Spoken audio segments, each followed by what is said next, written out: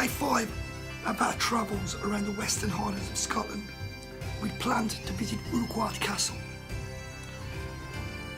It's a ruined castle and it's just off the A82, well signposted, easy to get to.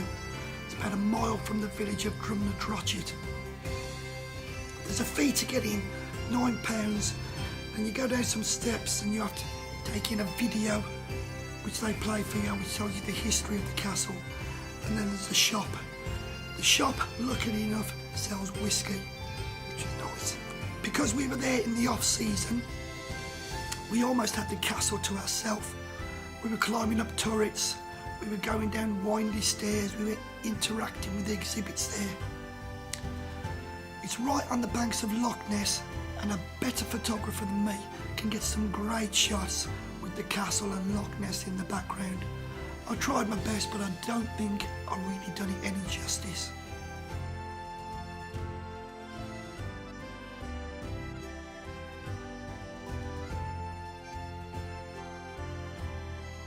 After leaving the castle, we drove to a place that we saw on a map, or we saw a leaflet for it in the guest house that we were staying in, called Corimony Cairn.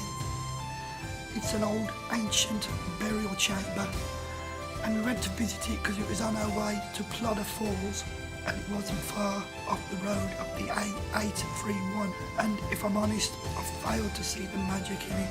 I failed to see the history and beauty behind it. To me, it's just a pile of rocks on the ground. I've been there, so you don't have to, okay? After that, we went to the main attraction of the day, which was Plodda Falls. Here we go.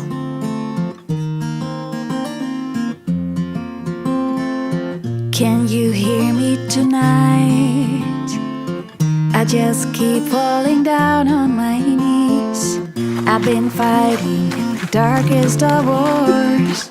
All I'm asking is, Lord, give me peace. So we've come to Plodda Falls. We're taking the long route. There's 2 routes you can take. A white route, which is really short, gets you to the top of the falls. There's a viewing platform.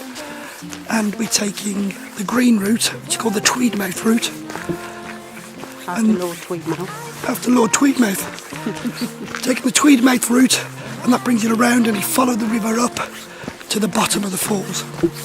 And I'm hoping to get a nice image there. I don't see why I shouldn't.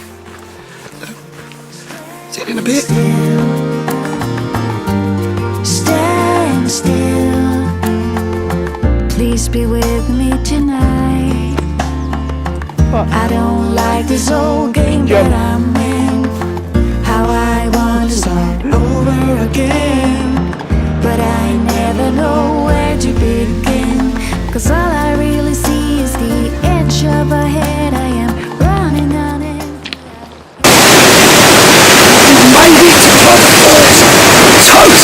Totally worth it.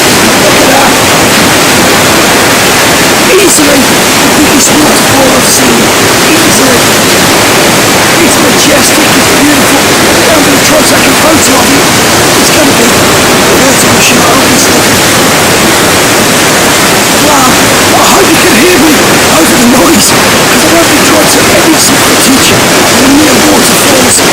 It's really, really noisy. You can barely hear my voice. My voice is bad anyway. You can barely hear my voice. Right, I hope you can hear me. I'm going to take a photo now. I'll get back and tell you what settings I use. There I go, my soul is at ease. There I drink water from the fountain. The world keeps spinning on. I've forgotten just how to breathe, and I keep running on when I should. Nice little walk, Plodda Falls. If you're ever in the area, even if you're just going past, photographers, you need to come here. It's a beautiful place. I always say this, but I do hope I've done it justice, because it really is nice. We took the longer walk. They say take an hour and a half for it. I think we've done it in a little less than that, to be honest. Maybe a little bit less. And I was stopping to take photographs. But the falls themselves are really, really impressive. There's two sets of falls. The big one you'll come to first if you take the longer walk, and then there's another smaller one further on, no less impressive but just a little bit smaller, beautiful, and it's easier to get a shot of that one as well. From the bottom of the falls to the top and back to the car park, it's a bit of a trek. That's the hardest part. Other than that, the walk itself is very, very leisurely, very leisurely. So yeah, that's it for now. Stop! This is future Martin. What I've failed to mention, what past Martin fails to mention about Plodda Falls, is the road into it is treacherous. Really, it's not for the faint-hearted. It gets narrower and narrower as you're going up it. It's full of potholes. Literally, you're crawling. In first gear, crawling on the way up, and you're in first gear, crawling on the way down too. Just be careful. Today, when we went, yet to find out on the drive home, but it's snowy and icy, and it's been snowing on top of the ice. So that makes it even worse. So just be careful. If you come here at this time of year, February, it's going to be bad. But that's it.